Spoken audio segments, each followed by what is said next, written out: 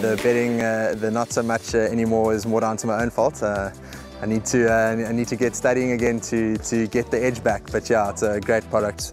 I love the exchange. It's really, in my opinion, one of the better bookmakers, if not the best bookmaker out there.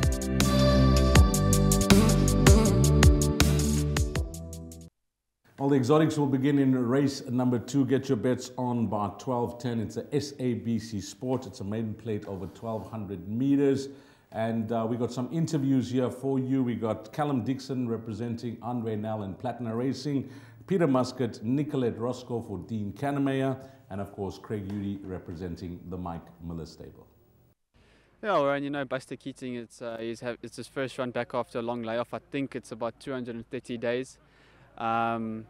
He's coming back over 1,200. He's got a good draw of 2 with Grant in the saddle. If anything, it's just a stepping stone for him, just to bring him on and see how he comes out of the race. So yeah, and it could be a furlong short. So yeah, it's just a stepping stone just to see where we are with him, and we hope that he puts in a positive run.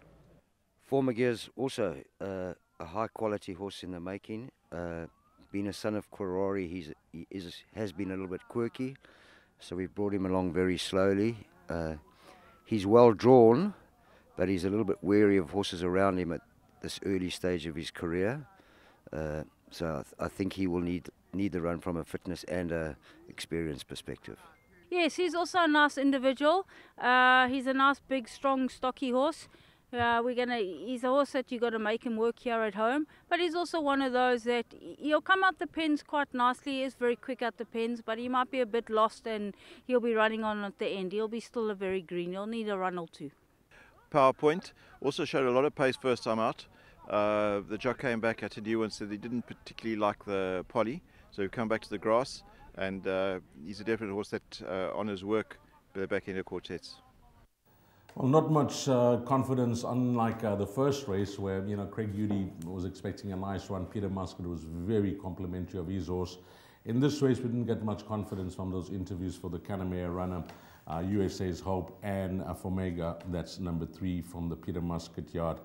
But I think the horse that does set the standard here in race number 2, and I'm sure will be a popular choice for the Barpot, which will begin at 12:10, is this horse called Without Equal from the Sean Terry stable. And all you need to do is just have a look at his recent form, where he's been a bit costly to follow. His last start, he was 3rd behind Twin Strike. 2nd in that race was Taikonaut, who's now gone back-to-back for Roy Magna. Penultimate start, Shoemaker is now 2 from 2, unbeaten. The form lines are clear to see. Is there opposition for this runner? That's the question I would like to pose to Sheldon, because of the first-timers, we're not getting much. But of the race runners, can anything oppose the Gauteng form? Answer is no. Barring a special first-timer, I believe Without Equal will come home and win this contest. When you look at the form, you've touched on the form. Union Square came out to run 2nd in the Grade 2 nursery. Striker Match, Twin Strike. The form lines are far superior. And with that 8 draw, a number of the first-timers who are drawn 3, 4 and 5, if they're a little bit slow out the gates, I see Warren Kennedy getting Without Equal over very easily. He'll probably get into a 3rd or 4th rhythm position. And when they spin for home, I'm expecting him to come through. If the race unfolds in the right way, 5-2 down, 15-10, very, very tough to beat. Number 5, USA is Hope, the United States individual. They said he's a big, strong horse, might be green, but he has shown some gate speed, so he'll be the main opposition. There has been outside support for number 12, Uncle George, from 14-1 down 8-1. That could be a horse to throw into the exactas and trifectas, and number 1, Geronimo. But I believe number 8, Without Equal, on a card where there's a number of fancied horses, I think this is a betting proposition. Yeah, it does look that way. There's a lot of betting propositions at Hollywood Bets Greyville on this card when you have a look at the respective races. I'm glad that Sheldon touched on Uncle George, because that form line behind Jim Basista is not the worst. Before it, Connie Species runner, Jungle Junction winning, and this other horse, number 14, Sucker Gold, Wayne Bardenhorse and Barbara Kennedy.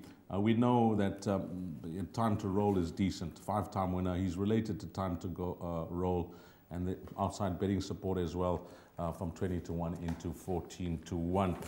This horse, Buster Keaton, I'm glad the guys interviewed Callum for Andre Nel and Platinum Racing, because I thought he could be a big improver in the race, but they said we'll use this run to bring him on. So both Sheldon and myself agree that the 2-year-old that races in open company looks like the right horse in the race on the strength of his form lines from Gauteng. And if you do the math, I think he needs to run to around a 77 to be competitive and win this.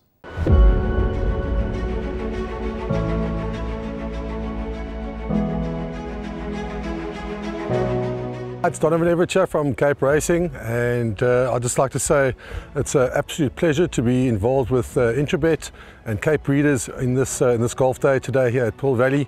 It's fantastic for the industry to see all the relevant stakeholders coming down and having a good time and networking, and it's exactly what the industry needs right now in terms of moving forward and recreating some positivity to take us forward into the next year.